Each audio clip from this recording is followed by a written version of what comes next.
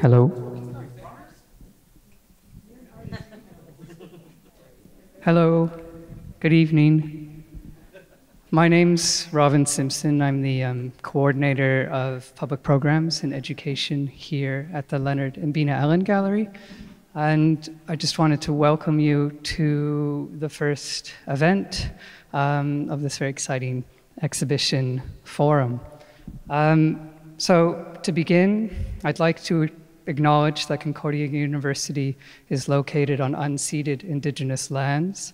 The Kanien'kehá:ka Nation is recognized as the custodians of the lands and waters of which we gather today. Dio Diage, otherwise Montreal, is historically known as a gathering place for many First Nations. Today it is home to a diverse population of Indigenous and other peoples. We respect the continued connections with the past, present, and future in our ongoing relationships with Indigenous and other peoples within the Montreal community. So this is the first event, like I mentioned, of Owerege Nun Eye Neye, filling in the blank spaces, Combler les espaces vides, an exhibition forum on the research and creative work of Aboriginal territories in cyberspace. Tonight, Jason Edward Lewis, Skawennati, Archer Pechawis, Ryan Rice, and moderator Mikhel Proulx will engage in a discussion around CyberPowWow, a project that introduced a paradigm shift in the first wave of Indigenous media arts. And I'll leave it to Mikhel to introduce the intentions of this conversation this evening. One little note, there is a second event coming up on Thursday the 16th, also at 5:30 here at the gallery, with Stephen Loft, who's a curator, scholar, writer, and media artist. He's currently the director of the Creating Knowledge and Sharing the Arts and Cultures of First Nations, Inuit, and Métis Peoples program at the Canada Council for the Arts. And he's going to continue on this reflection with his lecture, Remembering Tomorrow, AbTeC and the Indigenous Future and Past Imaginary. So I'll quickly do abbreviated bios of our speakers, and then we'll move on to the discussion proper. Jason Edward Lewis is a digital media poet, artist, and software designer. He founded OBX Laboratory for Experimental Media, where he leads research and creation projects, double-sided, exploring computation as a creative and cultural material. He is a Trudeau Fellow and a University Research Chair in Computational Media and Indigenous Future Imaginary, as well as Professor of Computation Arts here at Concordia University. Performance, theater, and new media artist, filmmaker, writer, curator, and educator Archer Pechawis was born in Alert Bay, BC in 1963. He has been a practicing artist since 1984, with particular interest in the intersection of Plains Cree culture and digital technology, merging traditional objects such as hand drums with digital video and audio sampling. Archer has worked extensively with Native youth since the start of his art practice, originally teaching juggling and theater, and now digital media and performance. He is currently a member of the Indigenous Roots Collective, teaching video game development to Native girls. Mikhel Proulx researches contemporary art and digital cultures. He is a PhD student and a faculty member in the Department of Art History here at Concordia University. Mikhel's research considers queer and Indigenous artists working with networked media, and he has curated exhibitions across Canada, Europe, and the Middle East. Ryan Rice, Kanien'kehá:ka of Kahnawake, Quebec, is the Delaney Chair in Indigenous Visual Culture at OCAD University. His curatorial research spans over 20 years in museums and galleries. Rice served as the chief curator at the IAIA Museum of Contemporary Native Arts in Santa Fe, New Mexico. He has also held curatorial positions at the Aboriginal Arts Center in Ottawa, named curatorial fellowships with the Art Gallery of Greater Victoria in Victoria, BC, and the Walter Phillips Gallery in Banff, Alberta, and was Aboriginal curator in residence at the Carleton University Art Gallery. Rice was also a co-founder and former director of the Aboriginal Curatorial Collective and currently sits on the Art Gallery of Ontario's Education Council, Ontario Association of Art Galleries, and the Native American Arts Studies Association Board. Skawennati makes art that addresses history, the future, and change from an Indigenous perspective. She produces machinimas, movies made in virtual environments, still images, sculpture, and textile works. Her pioneering new media projects have been presented in New Zealand, Hawaii, Ireland, and across North America in major exhibitions such as Now at the Biennale of the Americas and Looking Forward, L'Avenir at the Montreal Biennale. Her award-winning work is included in both public and private collections. So if everyone can welcome our guests and our panelists, and we'll begin.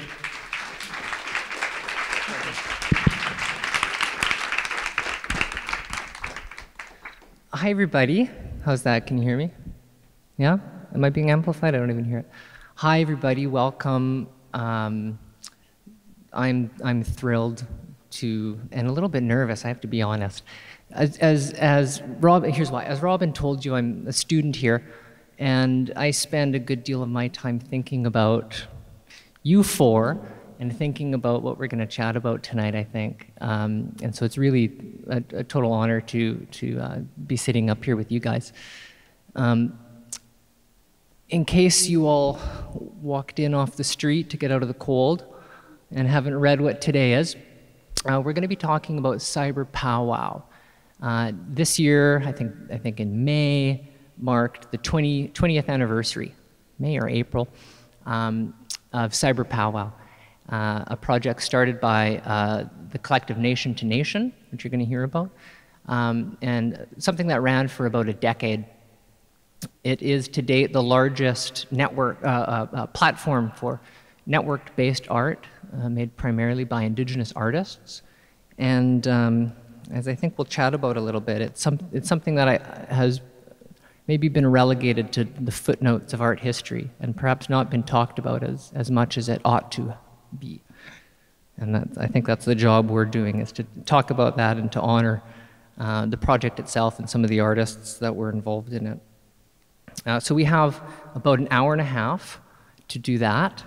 And I'll make sure to leave some time at the end for bigger questions, but please do involve yourselves if you want to jump in during our talk up here. I think that maybe some of you were involved in some of what we're going to be talking about, so please do contribute if you want to set the record straight if we get anything wrong, or contribute your experiences. And then I just want to mention what you're seeing up here as we're sitting here are some images from CyberPowWow itself, some screenshots, some images from a residency that happened in, I think, 1999 or the year 2000. And then here, one of the first gathering sites. So these were the real-life, offline launches of CyberPowWow, and this one is Gallery Obero in '97. And you can see two of our panelists up in that image. And then finally, in this room behind us, on an old machine, is, or sorry, in front of us this way, behind you, is CyberPowWow itself, or what we call the canned version of CyberPowWow. So it's an offline version that I'm told when the gallery opens tomorrow, so today we can't go look at it, but when the exhibition resumes tomorrow, you'll all have a chance to go look at this offline version. So it's not a chat space that you can engage with people, but it's something that you can see a lot of the original artwork produced over CyberPowWow's 8-year run. All right? All right, so I wanted to start off by asking you guys generally maybe about the cultural climate that I think you each began your practices in 20 to 25 years ago. In the years directly around the launch of CyberPowWow, we see the growth of Aboriginal art and media organizations in Canada. And then this is reflected in funding bodies and organizational structure of cultural institutions at the time. And there's a big list of these here, which I'm not going to read, but certainly some of them were really important, I think, to all of your practices. So the Banff Centre, the Aboriginal Film and Video Alliance, Imagine Native. Right? There was this boom, it seems, in the 90s. And it seems to me that CyberPowWow comes right at this moment of organization building and collaboration and so forth. And I'd love if you could each maybe say something about that moment, what it meant for young Indigenous artists to be using new media at this time, and what kind of social and artistic networks were maybe available for you at that time.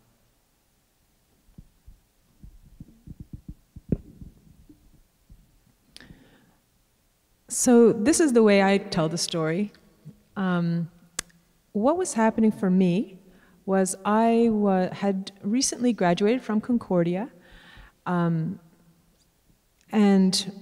at Concordia at that time was myself, Ryan Rice, Eric Robertson, Arthur Renwick, Mary Longman, Varan Pardeatan,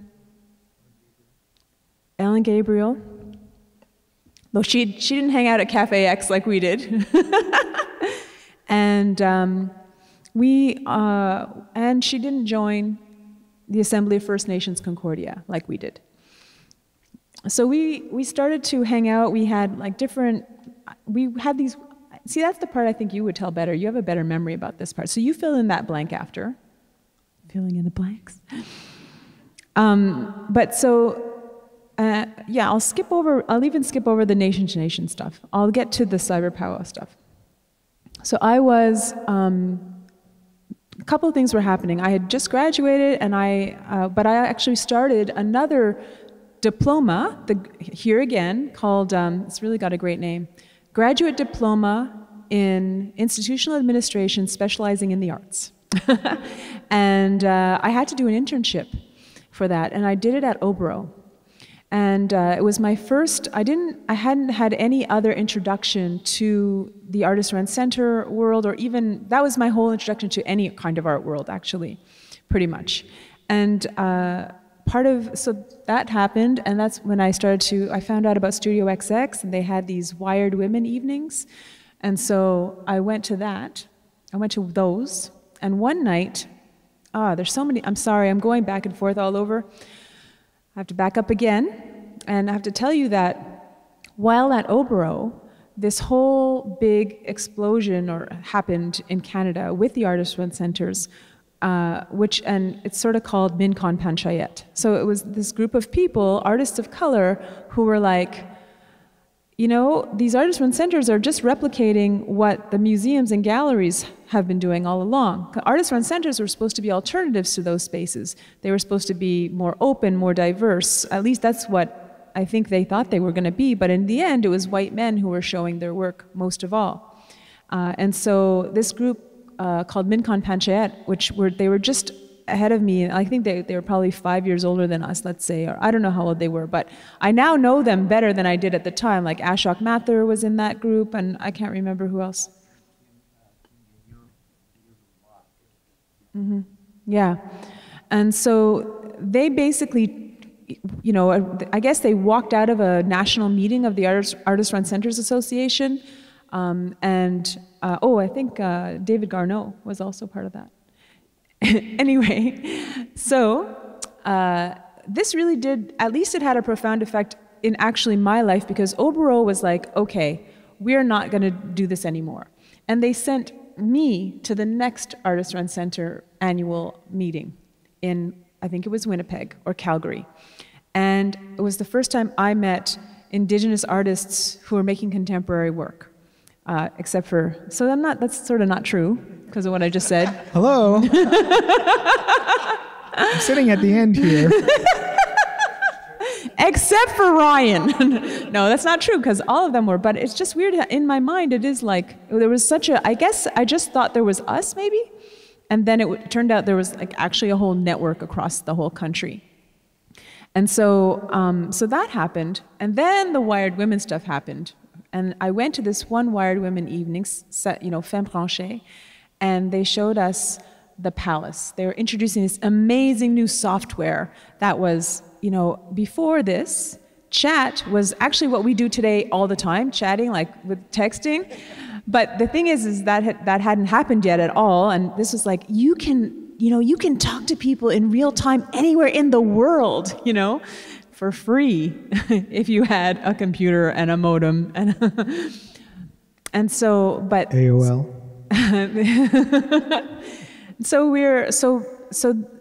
So right, it was just text before, and this thing, the Palace, was now this graphical chat room. So you could have pictures in it. So I'll try to point to one as these slides go by, but there were these little windows that you would have images in them, and then your avatar, this was the first time I had ever heard that word, what the default avatar for the Palace was this smiley face. And then your words that you typed came out of your mouth. So there's the window, and that's my avatar, Tank Girl, up there. And I'm in a work by Jason Lewis. But of course, when I'm just seeing this Palace the first time, well, what's it called? It's called the Palace. So what are the default rooms, or what are the rooms that you visit? They're like this, room with all these leather chairs in it, these big overstuffed leather chairs, like old boys club. There was the grand hall. There's all these rooms of a palace. And so I really enjoyed using this Palace, and I was like, oh my God, this is the thing we need. We can, talk to each other. We can actually feel like we're present with our avatars and be in a room together and talk about the issues we feel like we need to talk about. So that's like the shortest version I could probably possibly tell of this, and there's still more, but I think I'll let someone else talk for a minute. I guess I'll add to that. Concordia was actually a grounding place for us to meet, because there was a number of students, and the activation of an Indigenous student organization was starting to come to fruition. So people started to come together. I came to Concordia. I was here as a part-time student for, I think, from 87 to 90. What year did we graduate? I think 92. 92 or 94. And only in my last year, so being a part-time student, I came in at 6 and I left at 10. I came in, used the studios on Saturday. I tried to get some work done. I left. So I didn't have any community relationships to Concordia at all. I'm from Kahnawake, so it was like come in, park, get in the studio, leave within a few hours. And my last few credits, I had 1 year, I think I had 5 classes to do, and I decided to leave my job and come full-time. And while doing my full-time studies, sort of positioned me within the arts sort of community here at Concordia, where I knew there was an Eric Robertson, I knew there was an Arthur Renwick, because I've seen them in the gallery at, what is it called? Yeah. Yeah. The master's, the building where the master's degree people. Yeah, so that was the undergrad gallery. So they did an exhibition called Our Home and Native Land, and I'm like, who are these people occupying our territory, right? Who are they representing themselves? They're all from the West Coast. And it was like typical, and like I knew Ellen Gabriel was here. I knew through the grapevine that Skawennati was here, Audra Simpson was here, and through the efforts of just connecting to each other and being here, like for me being here full time, I started to become aware of things that were happening. And it was more of a social aspect and pretty much led by the arts, I would say, because the majority of us were artists, and there was potlucks every Friday, and so it was a very social event. And it was also on the heels of Montreal's 350th? 350th anniversary. There was, what were the exhibitions called? Land Spirit Power was, that was in Montreal. Ottawa. Yeah, Ottawa. And then New Territories was here, and there was another one with an exchange that sort of, and a lot of this activeness within the arts was coming from sort of like a francophone community, with Terre en Vue involved and those artists. So again, from being from Kahnawake, I'm like, where are we in this, you know, Constellation. yes, constellation of being in Montreal. So through that, I met Skawennati, I met Eric Robertson, I met Arthur Renwick, and they were pretty active. Their names were kind of getting well known as emerging artists. And we started to meet, talk, have conversations, and it became the impetus for this First Nations collective called Nation to Nation that we started in 1994, because we talked about who are we making our art for, and who is seeing our art when the doors are closed in Montreal still. We weren't even dealing with a national audience. We were thinking about how do we get into the spaces in Montreal when the doors were pretty much shut. And we started to develop these ideas of what we can do. Like, how do you pull your work out of a portfolio, and how do we get our own communities to see it? So that was the impetus of creating this collective, was how do we get people to understand what we're doing, so people can appreciate what we were doing outside of a social service context, because art was always being used as sort of like this leverage to like deal with mental health, deal with homelessness, deal with AIDS, deal with all these situations, because we also all did time at the Native Friendship Center. I call it time because we all sort of do that moment where we work there. And it was all about these issues that sort of like art was being they were latching onto art, and we said, let's move that away and let's show what we do as what we do. And through that idea of creating Nation to Nation, this was in 1994, we start to sort of build a foundation for how to do DIY projects.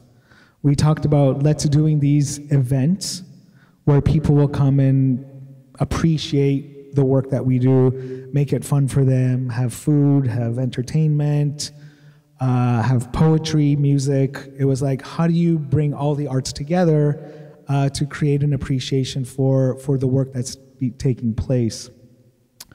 So through that, Skawennati would be like, there's this technology that I'm interested in, and we were like, yeah, good. It was like, she talked about it, we were like, go for it, it's like, and, we weren't there. You were there. You were at Obro, you got into Obro, and you had access to that technology. Prior to that, we all had access to that technology if we were on AOL. That's why I say AOL was the first, and that's where the chat rooms, that's where I understood chat rooms were from, and it was the line, and of course, immediately the Indigenous chat rooms were problematic and fraught because everyone was playing Indian, right? So when Skawennati presented this idea, it became clear that this was a space that needs to be occupied, or to be resisted, or be disrupted. So I think that's where CyberPowWow came out of, your access to this through Obro, and Nation to Nation was the catalyst to move this forward. Because we were already a collective, and we were already thinking about how to position ourselves, and we were immediately thinking about Montreal as our site, and this and other projects started to make us think beyond just the local. Because the other idea of Nation to Nation comes from the Gaswanta, the Turo Wampum Belt, which is built on the relationships of mutual respect from nation to nation. So, it's interesting to see that name come about in the contemporary times, because we were using it in 1994. We were talking about these mutual relationships, because Eric Robertson was from the West Coast, Mary Longman was from the Plains, Arthur Renwick, Laurie Blondeau, everyone was from different places, and we wanted to position ourselves within Montreal as being this, you know, this, I guess, this collective force that we were considering, how do we present ourselves, or how do we create a presence that way? So I think that's how we built on this energy.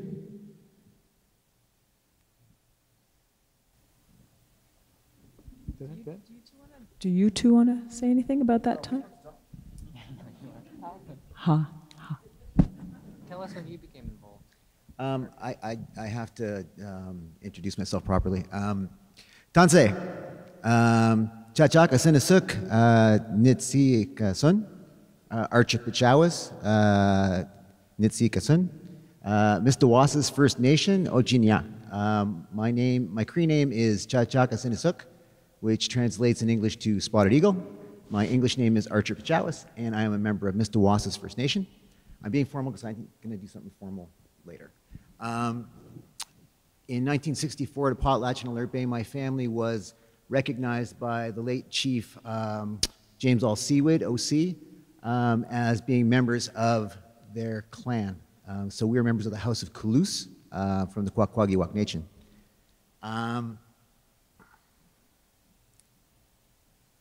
I'm having very intense emotions about being here.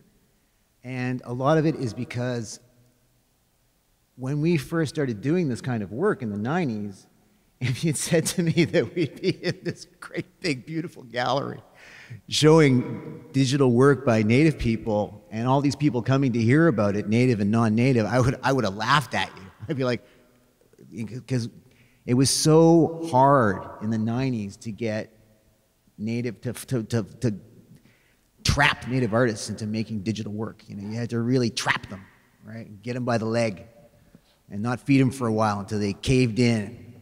Put a Mac in front of them. Say, you get a hamburger if you make something. And I want to talk about resistance, and I don't mean resistance in the good way that we talk about resistance. I mean the kind of resistance that we encountered, because man, we encountered a whole lot of resistance. And it was painful because a lot of that resistance came from our own people when it came to doing digital work and making digital art and having it received and looked at as actually being artwork and actually being some sort of aesthetic choice that a real artist would make, and they would make, that we would be making stuff that was art. I mean, I am not kidding you. I got a lot of responses from Native artists who I considered good friends. I would tell them what we were doing with CyberPowWow, and I'd kind of get this, that's nice thing. I was like, no, we're making the future. I get really upset. And I was right. I was right. But I wasn't right because I'm smart. I was right because I was following other people's leads, is what I was doing, right? Like when I met Skawennati at the BAM Center in a computer lab, and I was listening to the Pixies, and you know, we didn't know each other, and she said, is it Archer? And I was like, oh, she's gonna tell me to turn the Pixies down. And I said, yeah. She said, can you make that thing any louder? And I was like, oh, I like her. And that's how we started. And when she started talking about CyberPowWow, I got so excited. It was like, yes, yes, yes, we can do this thing. And prior to that, I used to trap Native artists into making performance art at Grunt Gallery. I used to like, just come do a performance, it'll be easy. But just come on down, we'll pay you. That was true, we paid everybody. Because I thought solo performance was the most exciting thing that was happening. Like I was seeing people do performances that changed my life, about trauma, and people weren't talking about trauma in those days, you know. And people were just starting to really talk about residential school. Like all that stuff was really just starting to come into the consciousness. Like it was clear that everybody in our community was traumatized out of their skulls, but there wasn't the level of dialogue and understanding that there is now. So it was the same thing with CyberPowWow. I would put these leg traps out at Native art events, and whoever got trapped, I'd be like, do you want to come to Banff? We're going to build some stuff. And it worked out okay.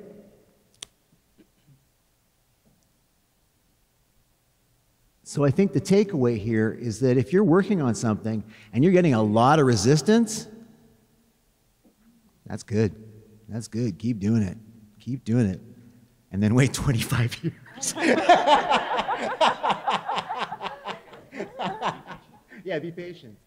And I just, stop me if I go too far off on a limb here. It never occurred to me to link CyberPowWow and that kind of wave of art making that was happening in the country, in Indian country, in Canada, I should say, with CyberPowWow itself, just CyberPowWow with Mikhel Panchayat. And what happened is Skawennati is essentially correct, but the Mikhel Panchayat went to the national meeting of whatever, I can't remember the name of the organization now, in Calgary, and you know, the Indians burned the fort to the ground. That's what happened. They disbanded that organization at that national meeting in Calgary because it was like the old guard trying so hard to hang, you know, it was like this scarcity consciousness, right? Just by their fingernails. It's like, if we don't have this, if we open up the doors, we won't have this anymore. It's like, that's not how it works. Like, there's lots. There's lots for everybody. Open up the doors and there'll just be more. But there was just so much resistance there. So that organization just pancaked and a new one took its place. And that's when you really started to see the inclusion of Native folks and people of color and consciousness around queerness. I mean, there was already, I mean, it's the arts. There was already so much queerness. It's like, trying to keep queerness out of the arts is like, like, it's just impossible. But it was a beautiful thing to really see it made front and center like that. So I think that's a very important chunk of history to keep in mind whenever we're thinking about the development of art in this country and where it comes from. So I think I'll do the formal thing that I want to do right now. As far as I'm concerned, oh yeah, so there was this really dark moment. We were working on one of the CyberPowWows, and there was no money, and no one cared, and it was all horrible, and I was in Vancouver, and I'm talking to Skawennati on the phone, and she's like, oh, why are we doing this? And part of me was like, I don't know, because this sucks. But there's this other part of me that was like, no, just don't give up. And I just had this moment, I had this inspiration, and I said, Skawennati, 50 years from now, when they write the book about Indians and digital art, CyberPowWow is going to be the very first chapter. And I was dead wrong.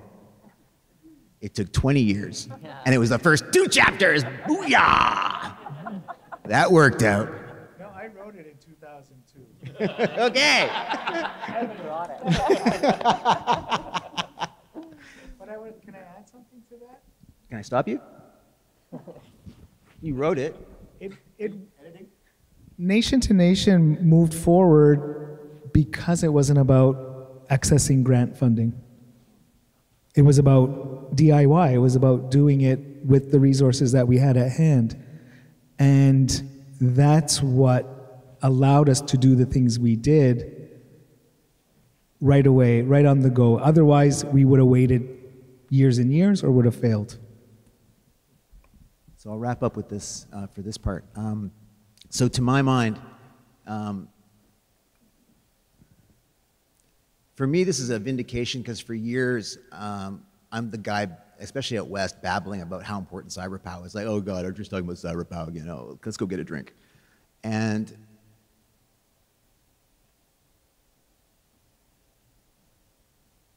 to my mind, it was such an important, and I'm not saying this because I was involved in it. I'm saying it because this is how it is. It was such an important series of events in terms of making digital art processes accessible to Native people, right? Like, it just laid it down. So further to that, I really want to recognize formally Ryan and Skawennati. I want to say, to both of you. Thank you. Thank you for what you've done for the people. And I would also like to say, in a West Coast way, I'm going to raise my hands to you and say, Gela Kesla.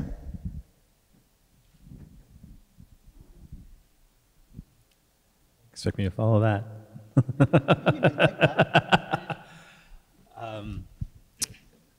Can I ask you a directed question, Jason? Yeah.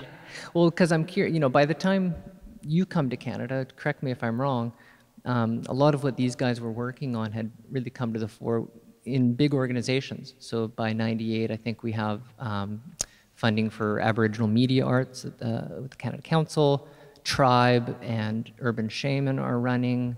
The Banff Centre has the Aboriginal arts residencies. So what were your observations coming into Canada and seeing? No, but you came in and you rode that wave as well, right? So yeah, so I'm the new kid on the block,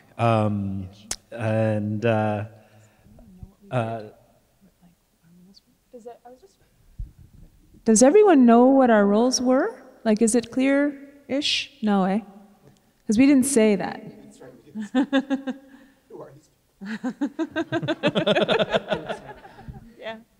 Yeah. So, well, I was going to say that I curated the first one, and Ryan was one of 5 artists in the first iteration of CyberPowWow. Then 2 years later came CyberPowWow 2, and I asked Archer if he would co-curate it with me. I don't remember how many artists there were, but say 5 to 7. Mikhel knows. And then I think in 1999 is when I met Jason. But I asked you to co-curate the second one with me. Jason was an artist. I was an artist in the first one, not co-curated. I was just an artist. In the next one, I was co-curated. That's the way I remember it. I think you're co-curative too. And then I asked Jason to co-curate the fourth one with me. Yeah. Okay. Yep. So I came in actually via Brenda Laurel and Loretta Todd into this story. So I worked at a place called Interval Research in Silicon Valley in the early 90s. And Brenda Laurel was there, and she was working on the VR piece Placeholder, which was part of the Art in Virtual Environments residency that was happening at Banff from 92 to 94. And at one point, she asked me, so she was sort of disappearing from the Bay Area once every 3 months or so with a small team from Interval. And at one point, she asked me if I wanted to come along and join them. And I said, of course, it sounds fantastic. So I got sort of pulled into that mix to some extent, and as part of that, she introduced me to Loretta Todd, who was spending time at Banff for various reasons, in and out as well. But Loretta had gotten sort of involved in the discussions around the Art in Virtual Environments projects. So one of the VR projects, of course, was Lawrence Paul Yaxwell-Lupton's Inherent Rights, Vision Rights. So the first Indigenous VR piece. And it had his presence and the work that he did, and then also Brenda's piece, Placeholder, which was drawing on some aspects of the local Indigenous kind of presence, sort of engendered a conversation around appropriation, around who had the right to sort of bring Indigenous content into these virtual spaces, etc. And so that's the first point at which, for me, sort of indigeneity sort of met new media practice.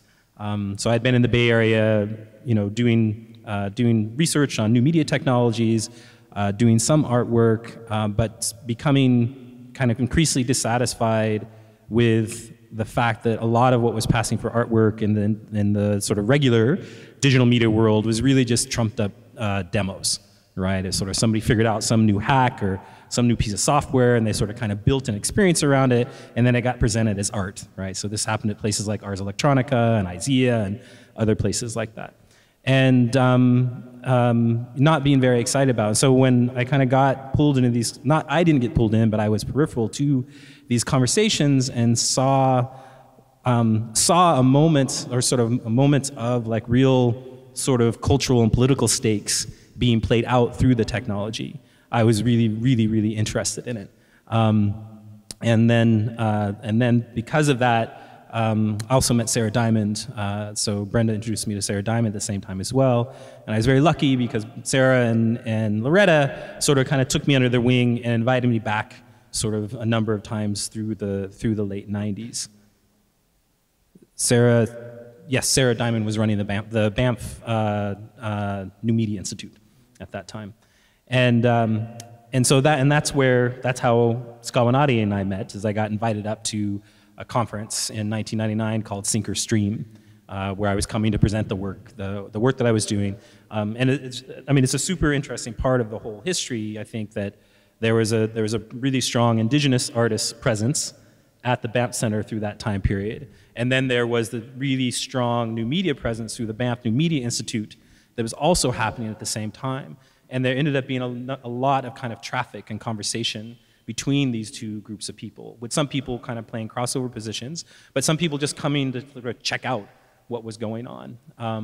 And so that's where so Skawennati kind of really brought me in, really into that conversation when she asked me to make a piece for the second iteration, or the third iteration of CyberPowWow. I think it was the third iteration by that point.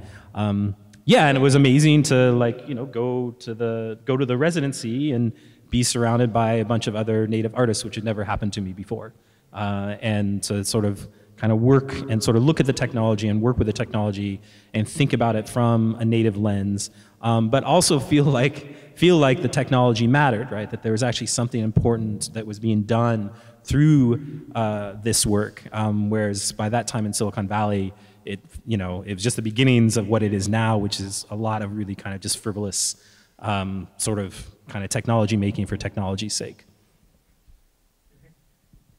To give some context too as well, in 1994 when we started Nation to Nation, we didn't have computers, we didn't have cell phones, we didn't have cameras, we had like 35 millimeter cameras, we wrote letters on typewriters to artists, we created CyberPowWow imagining that we had the tools to work with technology.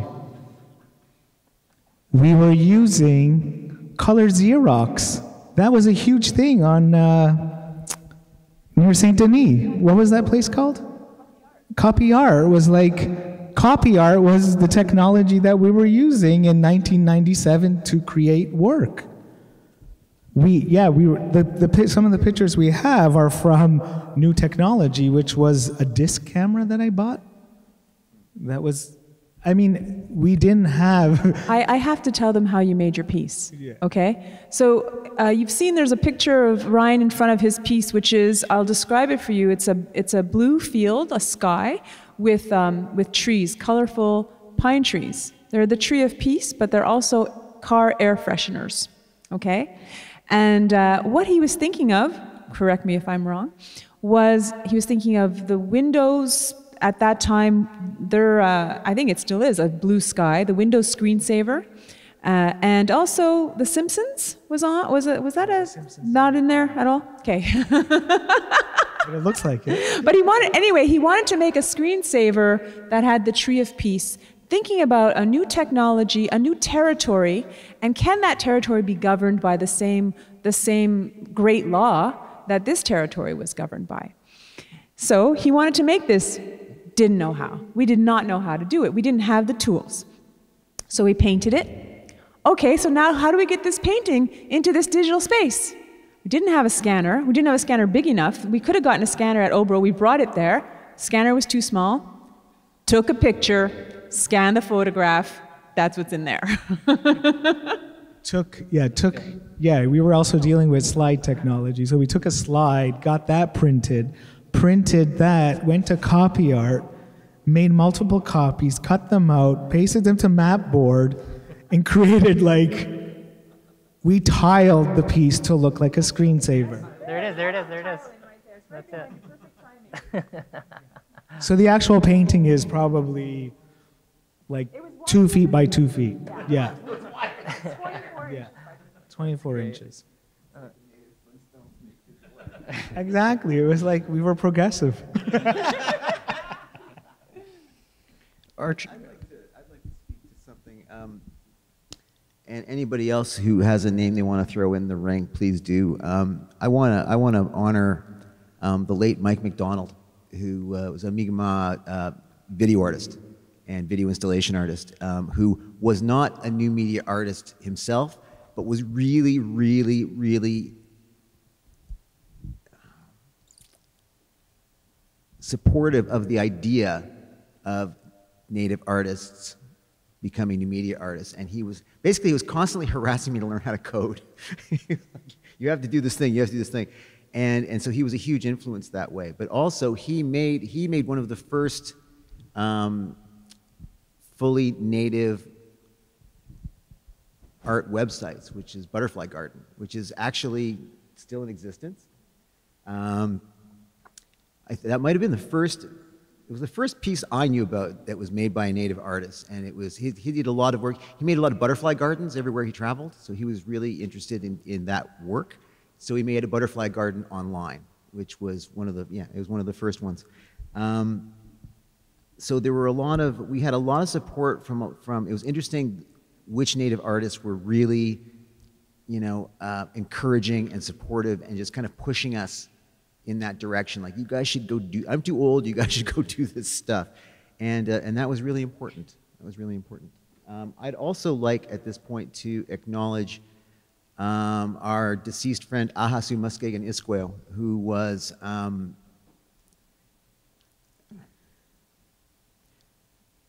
probably the single most influential artist I've ever met, and a Cree thinker, a free thinker, kind of a mad genius. We have no idea. He made so much work in collaboration. He was really about collaboration, and he was always running around the prairies, working with native kids to make films, there's so many art projects he did that we've never seen or heard of. And I just keep hoping that they'll kind of pop up. And he was the project lead on, I think, what to my mind was the next big native art website, which was the language of spiders, spider language. He was, of course, one of the artists in CyberPowWow, and to me will always be linked with CyberPowWow in a good way. So I just wanted to say that. Who's next? Questions? That's great, thank you. I wanted to bring Ahasu up, actually, and as per your trapping artists, the great Métis artist and scholar Sherry Farrell-Rissette once told me that Ahasu was responsible for dragging a lot of artists into the 21st century. She said kicking and screaming. But I wondered about that. I know that certainly many of the artists that you worked with in a curatorial capacity with CyberPowWow knew technology well. Somebody like Ahasu, for those who don't know, was tremendously literate with technology, right? And then others, I gather, had to have their hands held through the process. Am I right about that? Yeah, but that was part of our raison d'etre, right? Like that was the whole point. Is like we brought a lot of artists who weren't new media artists in. I mean, some people. Who was it that brought like a? Laurie Blondeau brought Leah. Right. So Laurie Blondeau, who was not a new media artist, she brought someone to help her realize her vision, right? And I was like, smart thinking. But also everybody, like I would talk to people and they'd say, but I don't know anything about this stuff. It's like, oh, it's okay, I do. Like I'll be there. It'll be fine. Really, just come. It'll be good. It'll be good.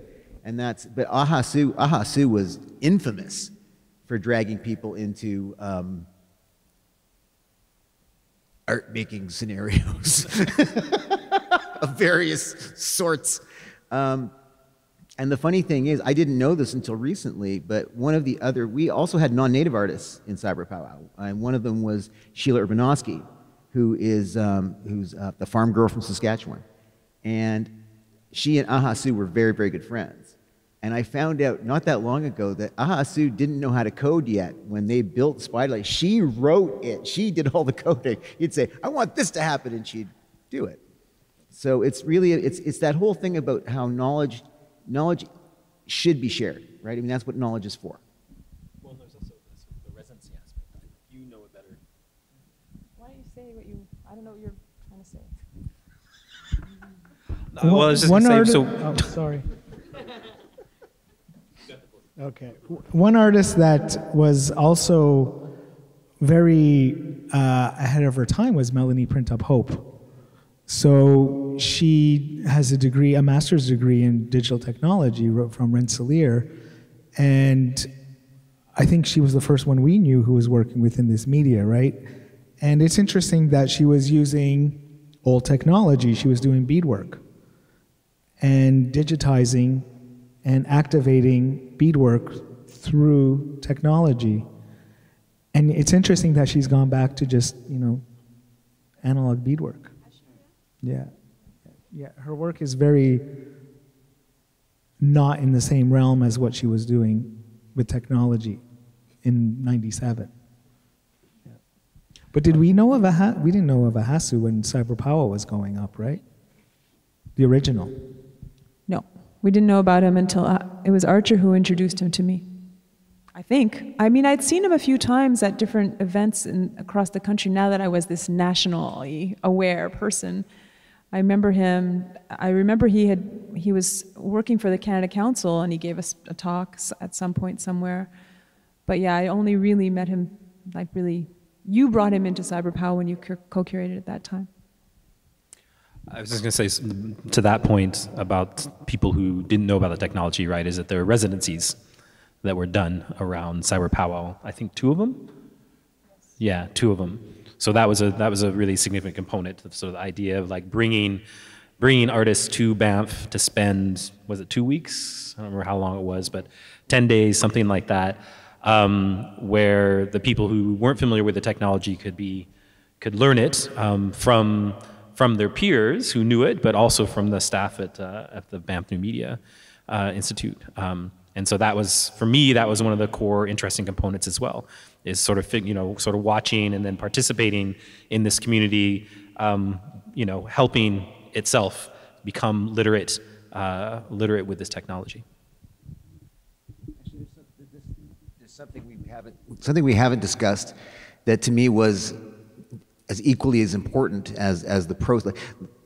One thing I loved about, I don't care for process. I'm not a process guy. But I loved the process of CyberPowWow. I loved going to Banff and everyone being there and the sense of camaraderie and the excitement. I remember one year it was a Friday, and I wouldn't tell everybody why, but I made everybody come downtown in Banff to watch a movie, and it was The Matrix. And everybody just went out of their minds.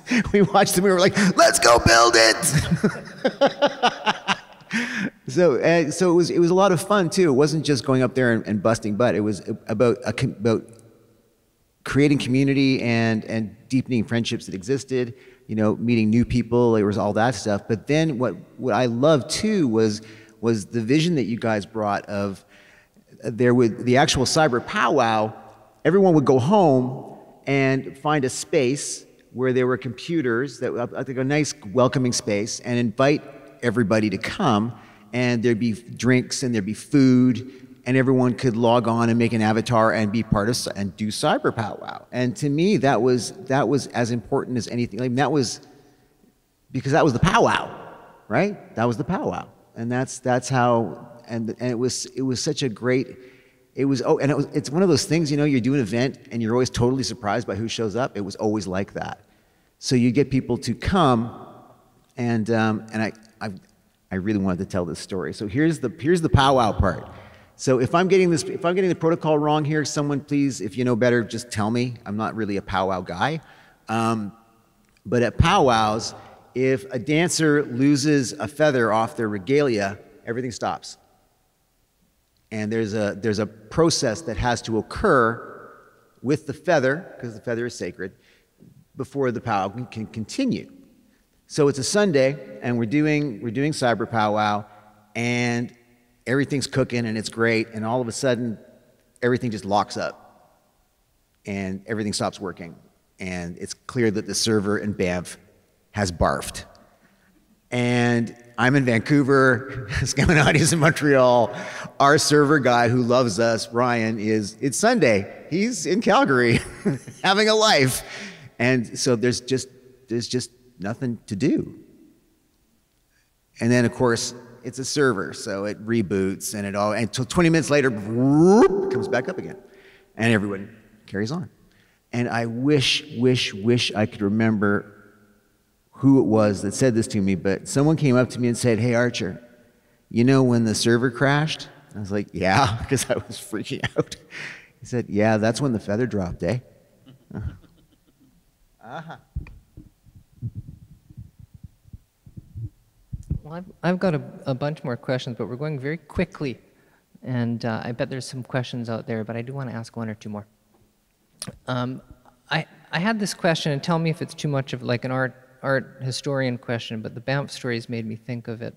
You know, CyberPowWow really was among the first net art exhibitions, you know, ever, within a couple of years of those which are really in the net art canon in media art history textbooks, right?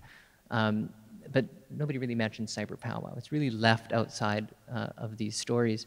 But it seems to me that that never really bothered you guys when you were making it. It seems to me that you were, as I think you're speaking to, making it for a community that was quite different from these largely European and American net art communities.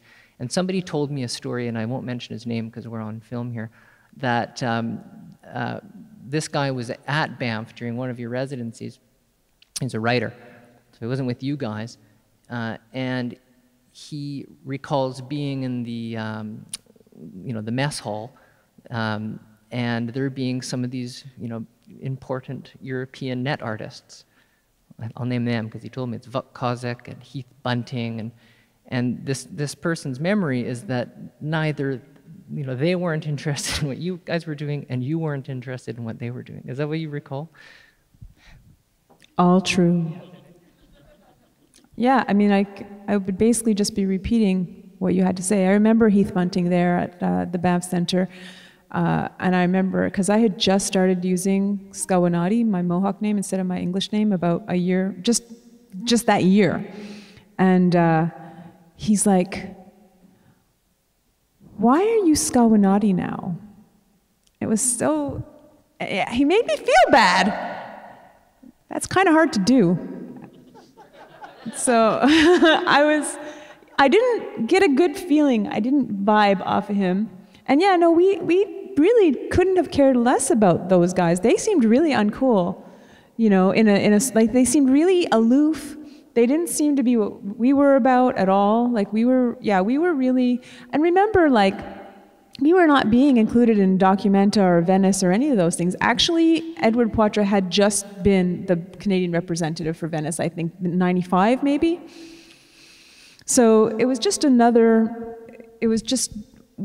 maybe we didn't dream big enough, I don't know, but we had internal building to do. That's what how I remember it. You have some? I want to speak. Oh, go ahead. Well, so I think, I mean, for me, again, coming from the other direction, that was one of the, like, so yeah, not Documenta, etc., but like not IZEA, not Arslan, not any of the like international digital media stuff was paying any attention to this work at all. And so it was very interesting for me to come into it and see kind of everything that was going on, and really appreciate the fact that you guys are basically like, we don't give a fuck what those guys are doing, right? We've got a thing to develop here that's important to us that we want to do in the way that we want to do it. I really want to speak to Vuk and Heath.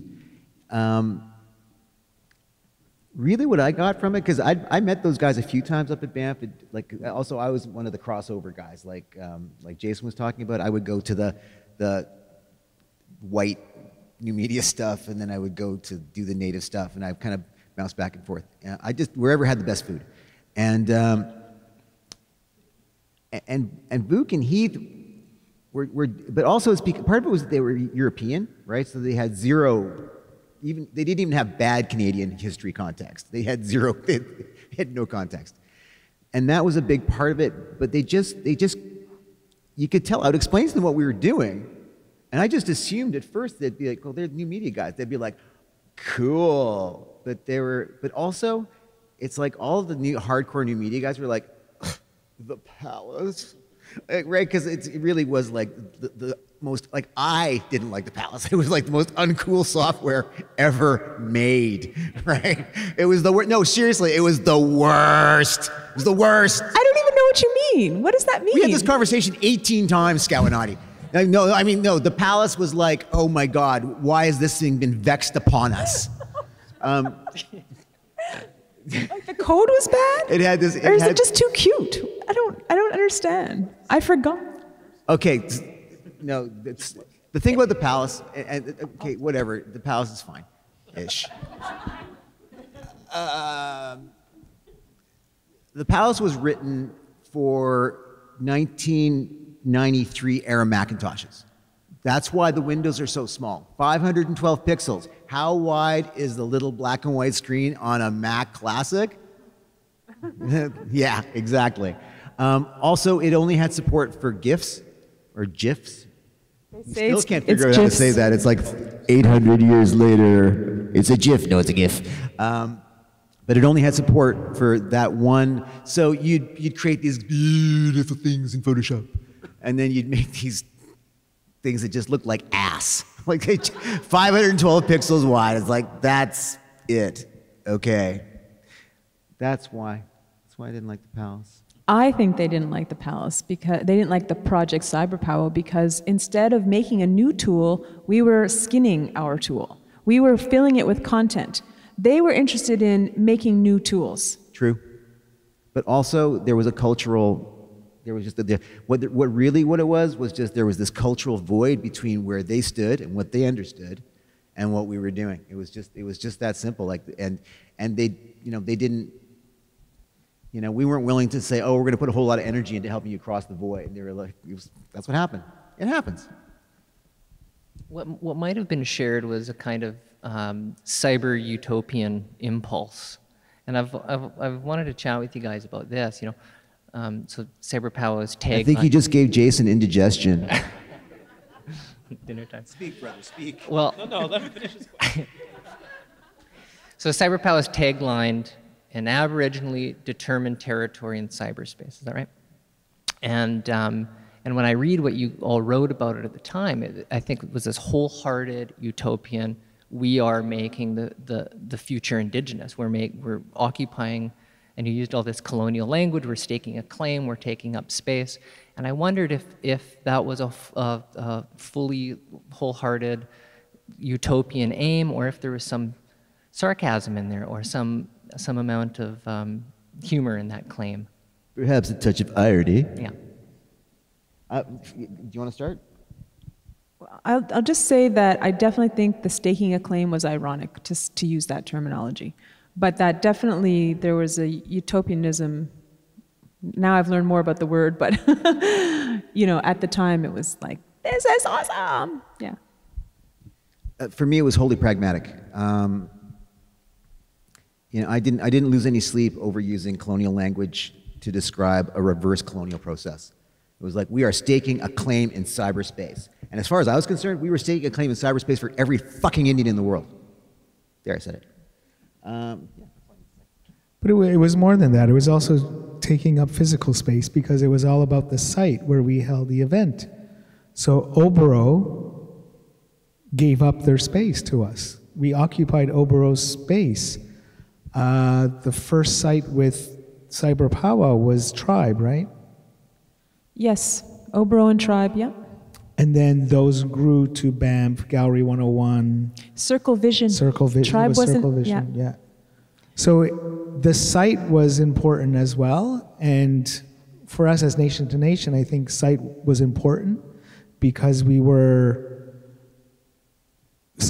was welcomed there because she was working there. And through that invitation, we came forward and that project became activated that way. We weren't sitting at our computers, none of us had computers. We weren't sitting at our computers at home doing this. It was about the gathering. It was about referencing what a powwow did. And then using this technology to be like, oh, there's people out there who we knew were at the other end. Because there wasn't many of us involved, right? Good for you. I still can't believe that those sites opened their doors for 2 days on a weekend. Like 2 full days, and we're like, and we need food, and we need people to help, like other people get get online. You know, you need to be there. It's going to be all day like a powwow, 2 full days. They were like, okay.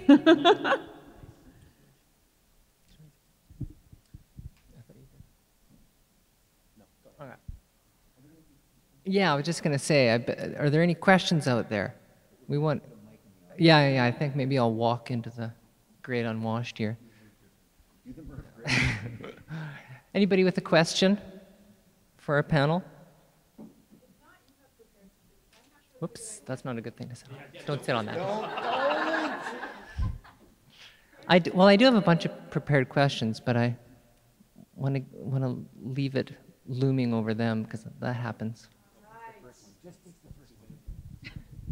Can I ask about when you were, like, the people who come to the events, like, what kind of, I mean, I can see that there's women and there's children and there's people who weren't necessarily, like, getting computer access through their, I don't know, you know, my experience with computers in the 90s was my dad uses computers at work, and he is, you know, that's where the access is. So can I ask about the kind of people who you were reaching and, yeah.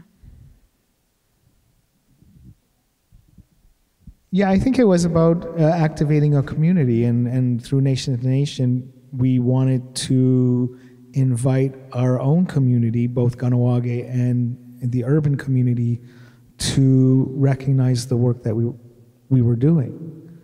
So that was the first, like, that was our audience, and it was the first time people were having access to using a computer in that sense. So it was all new, and then we relied on Oboro to bring in their community, right? So Nation to Nation had a mailing list, and so it was our friends, mostly, right? And so, I mean, really there was, and we worked at the Native Friendship Center, because I mean, just from the pictures, I see like people from the Native Friendship Center. I see my family, and some of didn't your family come? I thought your sister and her nieces came. Yeah. So, I mean, there was, you know, it was not like, there might not have even been there might have been this many people over the 2 days, I'd say.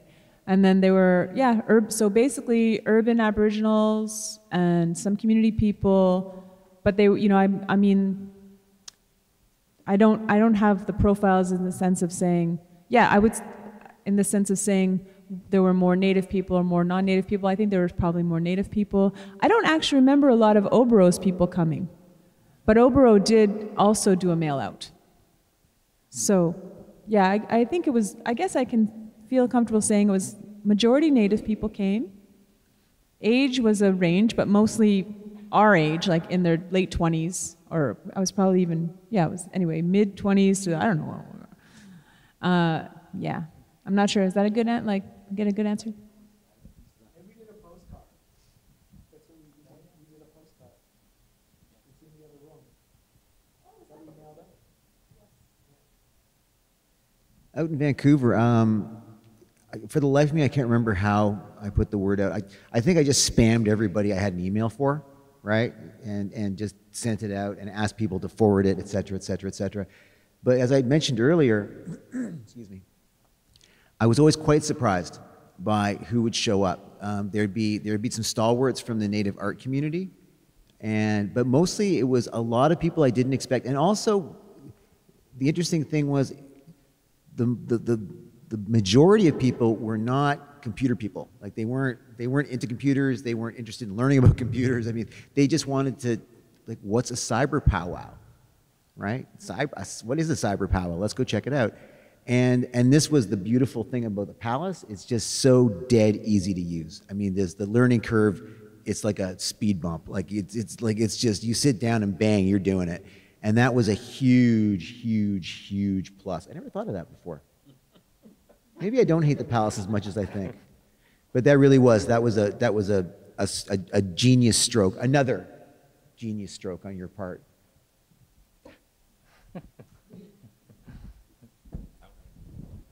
I just want to underscore something you said, Skawennati, that how ambitious it was that these artist-run centers took on the powwows, right? So the first one in '97, I think it's 3 artist-run centers, and then by the end it's like a dozen, right? And a lot of these places had to source computers, and they did their own kind of outreach and something like you know, public education program. None of them have any documents to share with us. I don't think anybody photographed it, but it was pretty. It was an ambitious thing in its day, wasn't it? So you're saying it was ambitious on their part? Yeah, I guess so. It didn't seem that way from my point of view. From my point of view, right, like I was one person and I was able to make this happen, and they're an organization with a budget. So it didn't seem that ambitious to me for them. I think it allowed networking opportunities. The reputation we created through Nation to Nation was we sort of embedded ourselves within this environment. So we had connections at Banff. We had connection. When I was living in Ottawa, we did it at Gallery 101. We had Laurie Blondeau and Bradley LaRock at Circle Vision and then Tribe. So it was about the network, right? It was about utilizing the network that we created here. There was no artist-run center who were saying, bring CyberPowWow over, we will host it.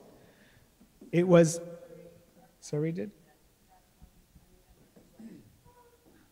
So it was, yeah, it was, you know, networking and building relationships across the country.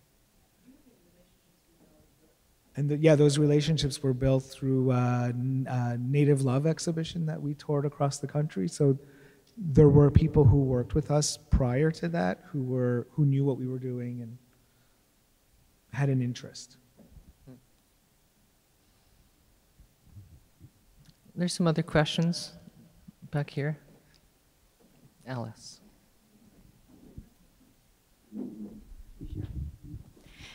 Thank you.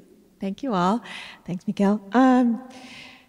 So I was just very much inspired by listening to the ways in which you speak about how far we've come, right? To the awareness, to being able to acknowledge this history. And I was wondering if I could ask a question about the sense of history, because we know very full well that 2017, of course, is a very historic, significant date in Canadian history. So was Columbus, the 400th anniversary of Columbus's founding of the Americas as well. 500, I can't count. Thank you, Ryan. So I think that there are always these historic significant dates in the history of the Americas that will propel or compel institutions and organizations to further along support for certain kinds of activities that need to articulate the diversity of our communities in this country. That is the most diplomatically way I can put it right now. So I guess I was wondering if you could talk about how you feel, how over time, how there's a general sense that we are now in a time of resurgence, or indigenous resurgency, as someone may call it, and how you might feel, not just yourself, but perhaps CyberPowWow as a project and continuing into Second Life might be positioned vis-a-vis this moniker of Indigenous resurgence. Thanks. It's interesting to see how things have changed by being away. And we have different experiences as well. But I mean, I also have the experience that I don't speak French, so I can't work here, right? I can't work in my community. In the arts, there's no infrastructure for art in Kahnawake. There's no artist-run centers, so you know, Concordia had some barriers as well, and the spaces, the art institutions were very closed, and it's interesting to get a call from McCord today. Well, not today, but you know, they're calling me now, and it's like, we were knocking at your door 20 years ago, and you weren't interested.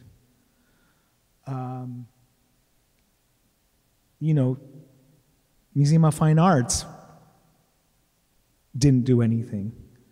I think the first thing they did was Brian Youngin. No, not Brian Youngin. I thought it was Kent Monkman, but I could be wrong. Yeah, Kent Monkman might have been the first there. So there's like when you're here and you look across the country and see other things taking place, Montreal was way behind. And it's interesting how these institutions are changing. I mean, even being in here is a game changer compared to 10 years ago. I think maybe Barry Ace was one of the first ones to show in here. There was a dress exhibition. So yeah, there's a lot of things that didn't happen in Quebec or Montreal, I would say, that looking from the outside now, it's like, oh, what's happening there? They're catching up, there's something going on.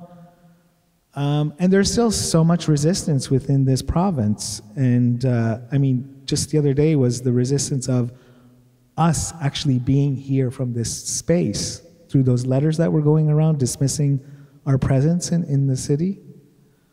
So, I mean, there's a lot of change that is taking place and within this idea of reconciliation and resurgence.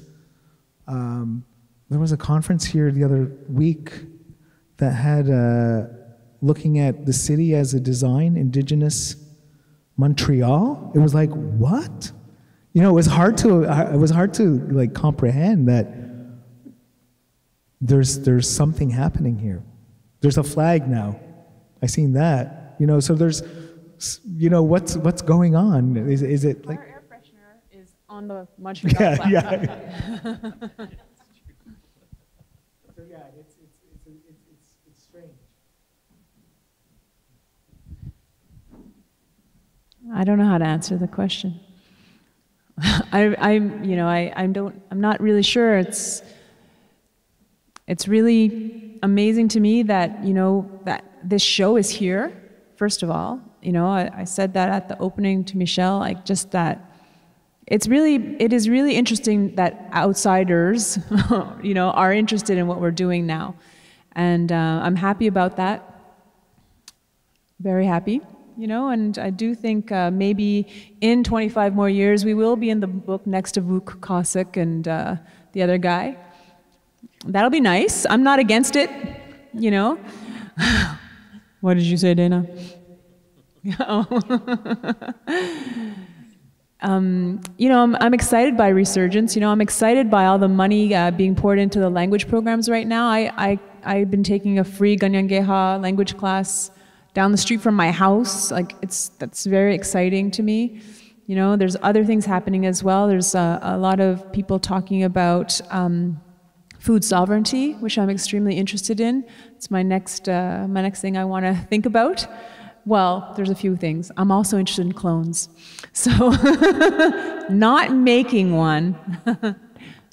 But anyway, I think that maybe I'll try and let other people say something better. Yeah, hard to think about it, like particularly in terms of resurgence, but I think one of the things I appreciate about CyberPowWow is that for me, the kind of the model it laid down of self-determination, right? You know, like Ryan was saying, like you guys just deciding, you know, okay, we're gonna do these things ourselves, right? And starting with Nation to Nation and then Native Love, like all that history, you know, that came before CyberPowWow, part of that history, about, you know, the idea of like, look, we are gonna make ourselves present to each other first, right? And as we're making ourselves present to each other, then it might be the case that other people notice, and that's cool, but that's not what it's about. And I think that it's something that sort of watching as CyberPowWow developed was very important to me, and for me, I feel is sort of embedded really deeply into the DNA of Aboriginal territories in cyberspace, right? In terms of how we go about thinking about our work and who our audience is, right? And it's very funny, like, you know, Time Traveler, TM, you know, other projects we do, like, it doesn't happen so much more anymore, but, you know, people would ask us, you in particular, you know, like, you know, who is your audience, you know? And most of the time there's this expectation that we were there to educate white people, right? And, you know, and Skawennati was very clear, and I learned from her to just be like, I mean, well, you were like, it's for me first, right? I make my art for myself, you know, but it's for our community, and it's to talk, you know, it's to have a conversation amongst ourselves. And it's not about servicing, you know, some other sort of need, that whether it's a social need with Indigenous communities or it's the wider settlers culture need to sort of like, you know, whatever, educate, assuage some guilt, feast, you know, on our trauma, whatever it might be. And I think that's what's, for me, that's sort of what, that's a huge part of what Resurgence is about. It's like, it's not the re doesn't belong there in a certain way, right? Right, there's always all these re-words, right? There's this sense of like, oh, okay, everything was shit and now we're coming back, right? There's a lot of shitty things, right? But there's a through line, right, of resilience and vitality and growth and evolution. And you see that from within, right? It's the outside gaze that sort of adds the re to everything. Sure. Yes. Yeah.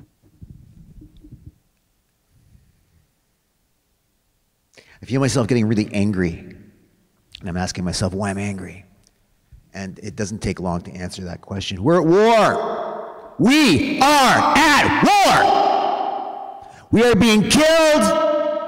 We're being murdered. And as long as that's the case, all Native art serves one purpose and one purpose only.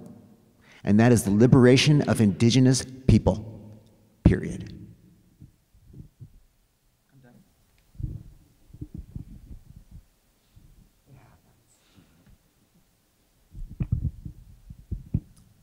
Do we have any final questions from y'all after that? Nobody said that. Or maybe any final things you four want to kind of have on the record about CyberPowWow? This isn't the last discussion we'll have about it. So I won't do it as eloquently or as, you know, as conscious of protocol as Archer, but you know, I really want to give my props to both of you, like for the amazing work that you started and like the conversations that you guys got off the ground and you committed yourselves to, and the support that you've given to Indigenous artists sort of throughout your career and sort of building out, you know, not just new media, Indigenous new media art, but, you know, Indigenous art in general. So you guys really have done amazing work. Yeah. Well, let me just thank you guys. I feel very nourished. I feel ready to finish my dissertation. And yep, please join me in thanking the four of them.